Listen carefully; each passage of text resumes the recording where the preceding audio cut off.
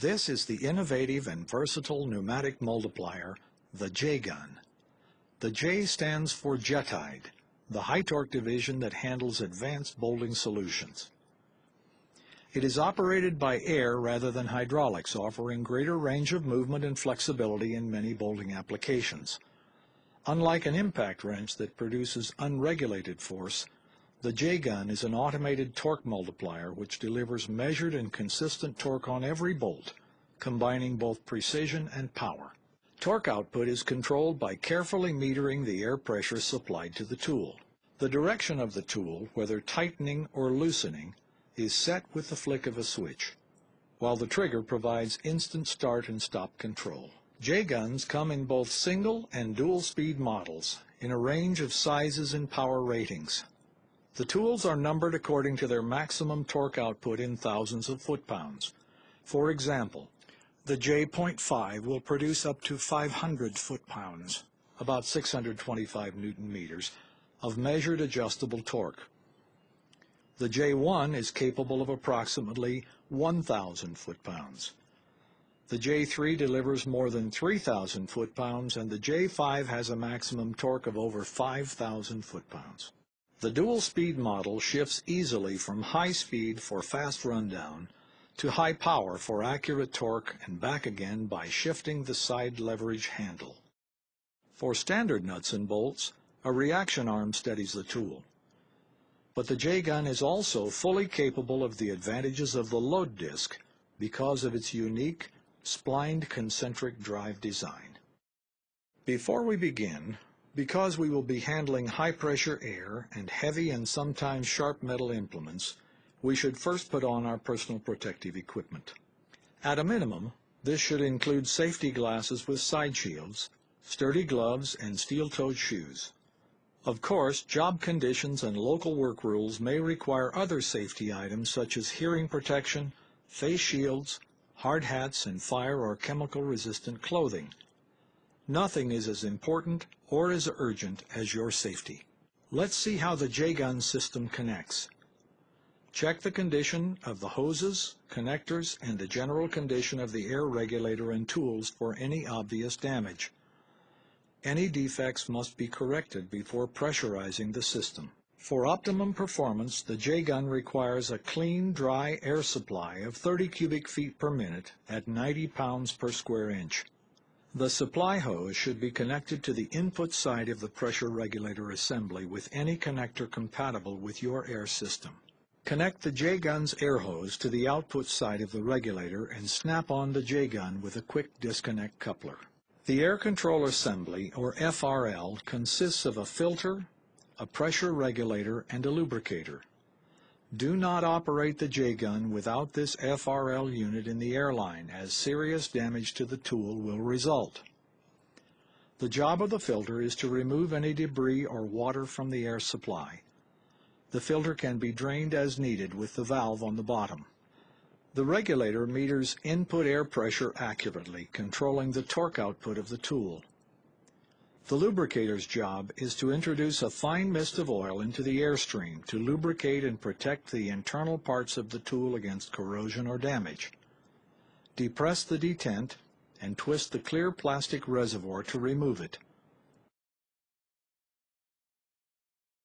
Fill it to the indicator mark with a quality air tool oil. With air flowing to the tool, you will be able to see drops of oil form inside the clear plastic knob on top of the lubricator. Unscrewing this knob increases the oil flow, and screwing it in decreases the oil drops.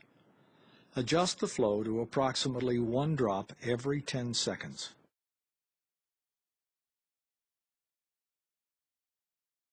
In the high-speed mode, the JGun rotates at several hundred revolutions per minute, while torque is limited so that the tool cannot spin or kick back in the operator's hands. Before we can torque, the tool must be shifted to the low-speed power mode. The reaction arm will not attach until this shift is done, ensuring that it cannot spin at high speed. As a matter of fact, the reaction arm will not spin at all as long as the socket is free to turn. Now let's put the system into action. Let's suppose that the job at hand is to tighten these 4 1¼ studs with 2-inch nuts to 600 foot-pounds of torque using the dual-speed J3. It is not our purpose here to discuss how torque values are determined. Click on the additional training icon in the table of contents for help in computing torque values or obtaining additional instruction on bolting principles. Since the turning force of the tool is determined by the air pressure supplied, we must consult the pressure-torque conversion chart for our specific tool to find out how much pressure to apply. In this case, we are using the dual-speed J3. Looking down the foot-pound column, we find 600 foot-pounds corresponds to 30 psi.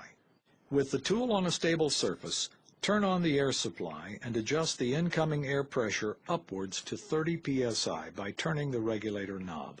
With the tool in the high-speed mode, that is with the reaction arm removed, we are ready to run down all the nuts. The studs and nuts should be clean and free-running before any turning force is applied. By the way, only high-grade impact sockets should be used with the JGun. Never use chrome or manual-grade sockets as they could shatter, causing serious injury. Never use an oversized socket, as this can be dangerous. Always pin the socket onto the drive. With the directional switch in the tightening position and holding the tool securely with both hands, quickly run the nuts down until snug.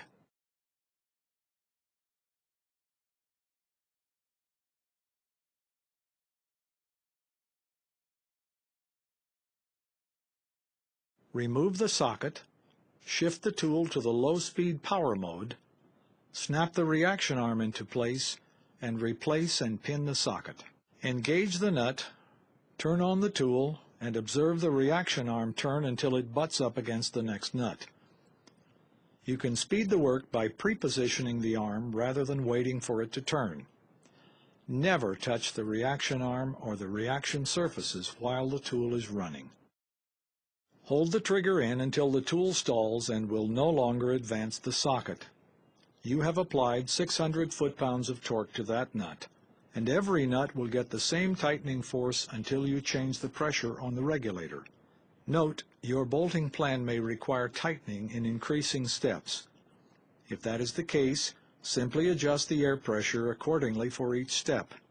It is always a good practice to make a final check pass on all nuts because tightening one may change the achieved load in its neighbor. To remove the nuts, reverse the process, this time beginning in low-speed power mode with the reaction arm in place. The effects of time and corrosion can make nuts or bolts more difficult to remove than they were to tighten. Since we don't care about achieving a specific torque value, turn up the air pressure to at or near its maximum, giving the tool its full power. Shift the directional control to the loosened side. Apply the wrench and position the reaction arm against the next nut, keeping in mind that the arm will now move clockwise, opposite the direction of the socket.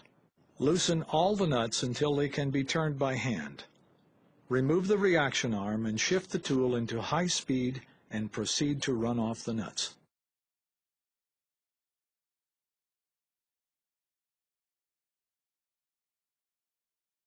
The same process and steps apply when using the load disc and driver, except that there is no need to remove or reapply the reaction arm.